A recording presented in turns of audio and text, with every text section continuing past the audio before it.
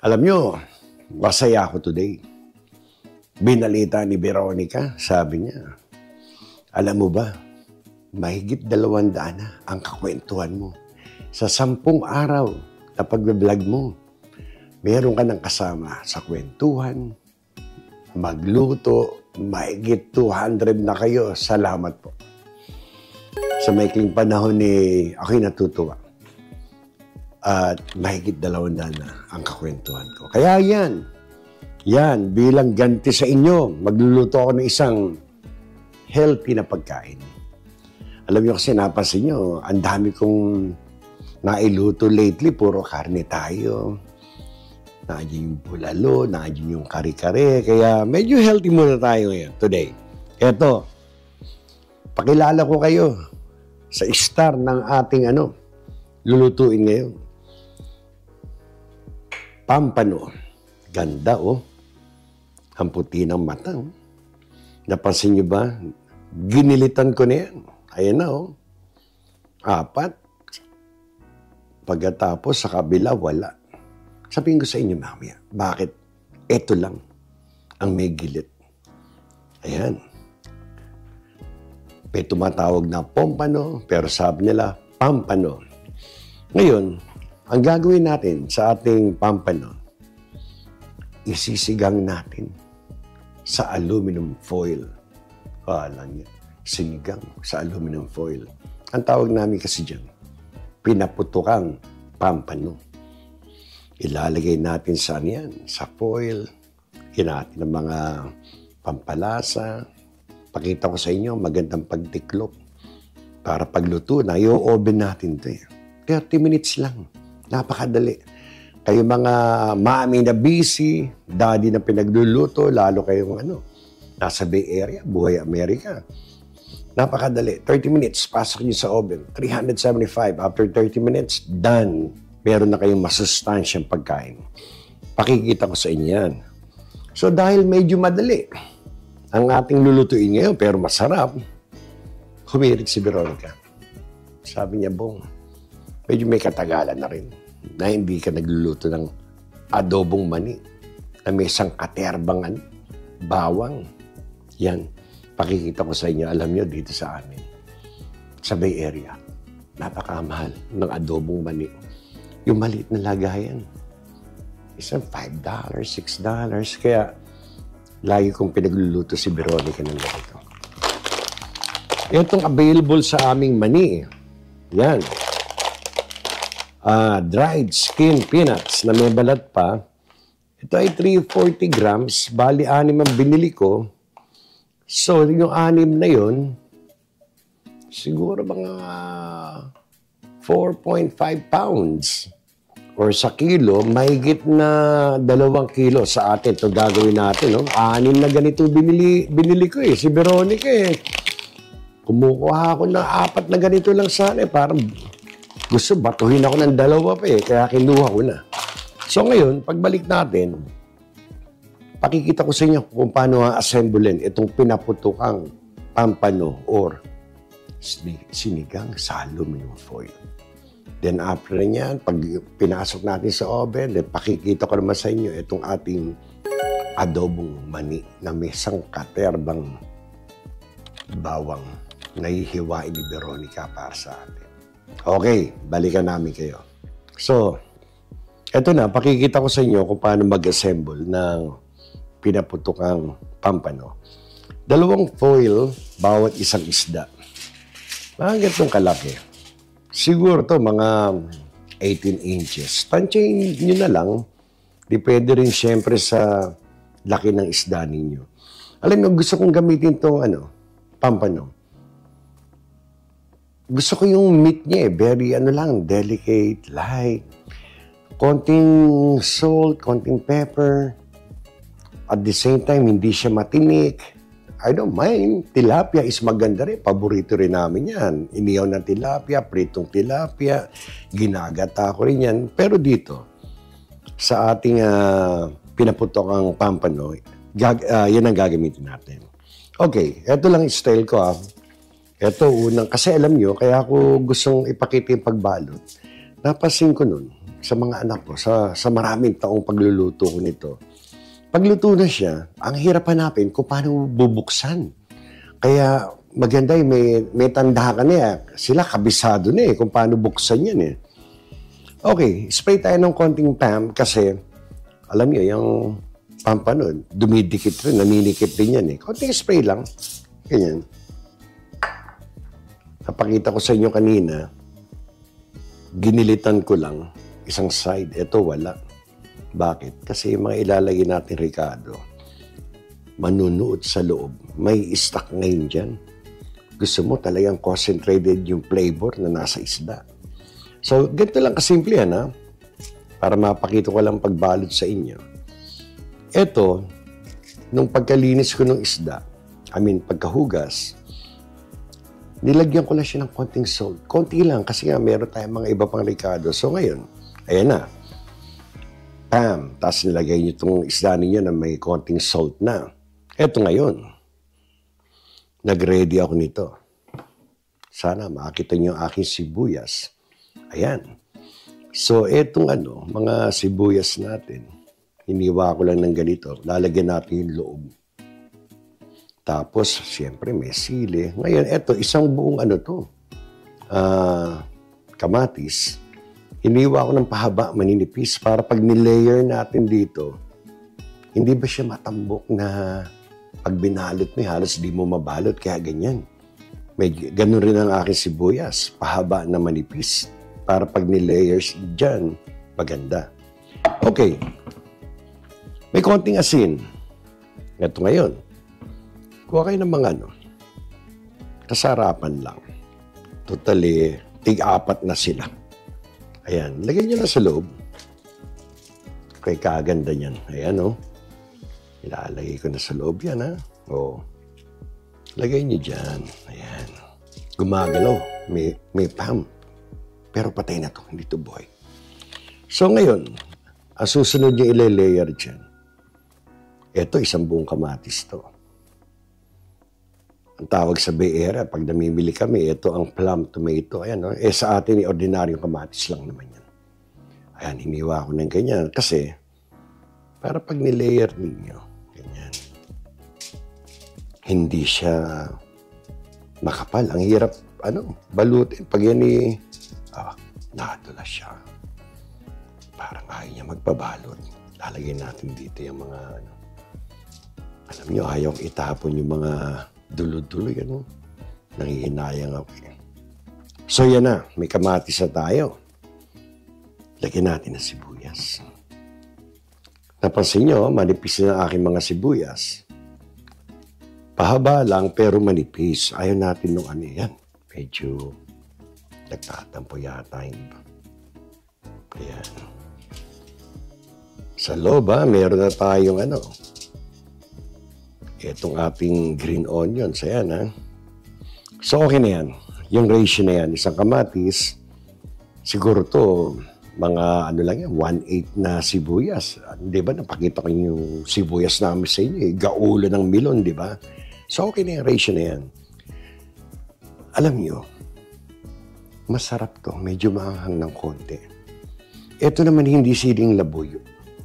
Alam niyo naman, iba yung sili natin. Ito parang Thai chili pepper to. May anghang, pero hindi katulad ng sa atin. So yan, ilagay natin. Yung isa, medyo bibiyakin natin ng konti. Ayan. Para maganda. Tatalab yan. Bahala na. Pag di nila nakain, ako kakain yan. Ito na, ang idadagdag nating extra flavor para maging sinigang sa aluminum foil or pinaputukang pampano. Teka, ito naman isang sibuyas para ayaw pa sumama. Ngayon, itong ating traditional na sinigang mix, bubudbaran natin ng konti. Medyo ingat-ingat lang kasi ito medyo matapang para sa gusto natin gawin. Budbaran nyo lang ng konti. Kaya nga sinasabi ko doon sa mga nanay, busy, yung mga taga rito, pwede nyo gawin in advance yan, Para pag-uwi nyo, galing trabaho, lagay nyo sa oven or sa mini oven. Kung gusto nyo, iihaw nyo, pwede rin iihaw yan. Okay, ngayon, pag ito naluto na, kakainin na, parang i-reverse nyo kung paano nyo binalot yan, yun. Kaya ngayon medyo sasabihin ng mga anakis ninyo, hindi nila malaman. So, ayan. Dinasagit na yung tupi nyo. 2 balot ang gagawin natin para sigurado walang maglilik, walang makakatakas sa flavor. Ito, medyo tupi nyo lang sa dulong ganyan. No? Pag natupi nyo na, ayan, tupiin nyo pa ng isa. O, dito, tupiin nyo uli. Pakiramdaman nyo lang yung buntot para kasi pag sumobra kayo, baka mabutas yung foil. Ayan. Kasi pag naluto na yan, alam ng mga anak nyo, dito lang bubuksan. No? Kung hindi, hinahanap nila kung saan. Babalutin natin ng isa pang foil para makasigurado. Kanina pa ganun, ganitong gagawin natin. Kukontrahin natin. Kasi maganda na ang pagkakatupi dito. Wala nang tatakas dyan eh. Kaya ngayon, ito naman. Ito, simpleng ano lang. Oh. Nandiyan, no? Mas malaki yung gilid. Oh. Ayan na. Tiklopin nyo muna to na mapupunta sa gitna. Kung hindi, maghahanapan kayo. Ayan na. Nasa gitna. Ito rin. Ito ngayon, tupiin nyo na lang. Para ayan, nasa gitna na siya. Para makasigurado kayo na hindi yan tatagas. Itong kanto, ayan. Ayan na. Tinupi yung kanto. Tinupi dito. Oh. Ready for baking. Gusto nyo ba makita uli kung paano ginawa natin to? I-rewind nyo na lang. Pero okay na to. Ayan na. So, gano'n rin ang gagawin natin doon sa isa. Then, ilagay nyo, painitin nyo muna yung oven. 375, pwedeng, ito nga, na-miss ko yung aking main kitchen. By the way, itong oras natin, na-miss ko to. At least ngayon, magagamit ko yung oven. Matagal-tagal ko rin di siya nagagamit. Kasi pag yan ako nagluto, hindi nyo makikita, nakatalikod ako, kaya medyo na-miss ko yan. So, 375 para slow lang. 30 minutes. After 30 minutes, done. Yung 375 na 30 minutes, kasarapan lang ha, pero pag gusto nyo medyo mas luto pa, ayaw naman ng ganun. Ako, gusto ko 30 minutes, swak niya. Ano lang, dagdagan nyo ng 10 minutes. Kesa 30 o 40, pero 30 minutes, kasarapan na. So, iwanan ko kayo uli. Dahil, huwag na tayo sumama sa oven. After 30 minutes, pakikita ko sa inyo kung paano pagkakaluto niya, bubuksan natin, pakikita ko sa inyo, then iyon na ang isang ano natin. So, yan, balikan ko kayo in 30 minutes. Okay? Okay. Nung aming iniwanan kayo, nagpainit kami ng oven, binalot ko yung pangalawa, medyo nag-break ng konti. Ang actual na time ng sinalang ko siya ay 6:30. Ngayon, feel ko medyo may kalakihan yung nabili kong pampano. Dinagdagan ko ng extra 10 minutes. So, all in all, 40 minutes na ibinake ko to. By the time na na-hit niya yung 375, nilagay ko sa loob, then 40 minutes, eto ngayon. Para tayo mag-gender reveal. Fish reveal. Tignan natin kung ano na. Ano yung mabilis naman lumamig yung foil eh. Okay. Yan, umuusok siya. Nilagay ko sa plate na may kalakihan. Ayoko matapon yung sabaw. So, yan siya ngayon. Ayan. Umuusok na. Nakita niyo yung sinasabi ko na madali siyang buksan pagkakain na. Okay, ito talaga ang reveal ng parang gender reveal talaga. Ito medyo umiinit na. Ayan, napansin nyo. Ayan na, umusok na ng husto. Ayan. Naku.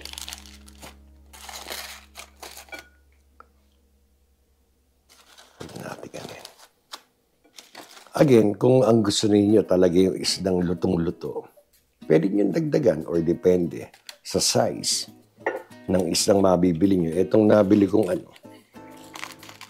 pampano, may kalaki yan.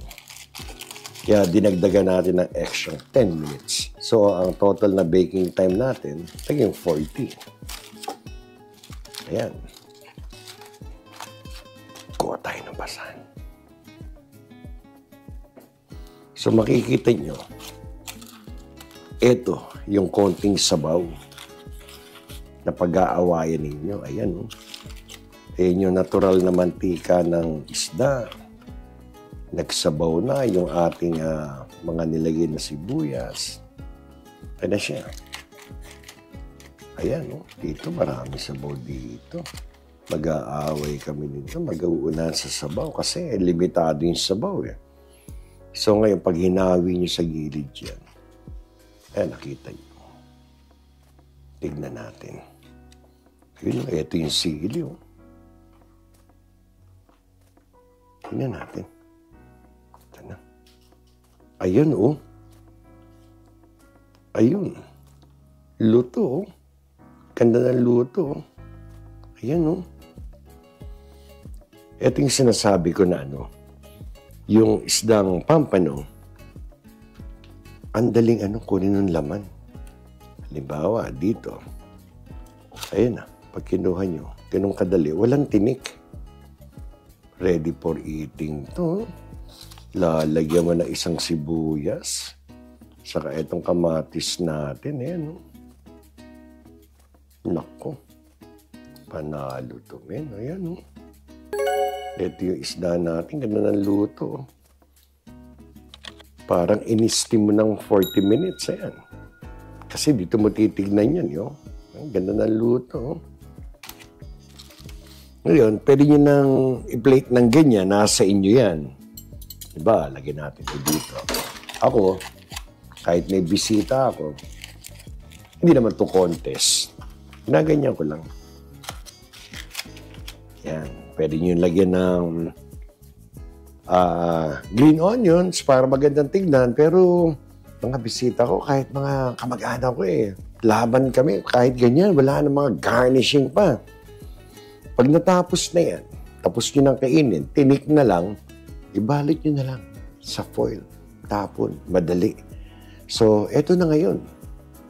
Ang ating sinigang na pampano sa aluminum foil or tinatawag naming pinaputukang pampano. Ayan.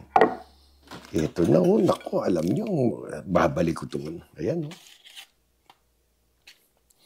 Okay. So ngayon, hindi pa tayo magpapaalam ng gusto. Though tapos na itong part 1 ng ating segment ngayon kasi pagkakain namin. Itutuloy natin iluto ang adobong mani. So, panandalian. Ako'y mag-goodbye muna sa inyo. Kami kakain muna ng pinaputok na pampano. Kala nyo, hindi natin kayang i-bless to. Meron pa rin ako. Kaya eto na. Isa na namang mapagpalang araw para sa ating lahat. Salamat sa Diyos. At may masarap tayong ulam. Magkita-kita tayong muli. Ilalapag ko na ito. Salamat.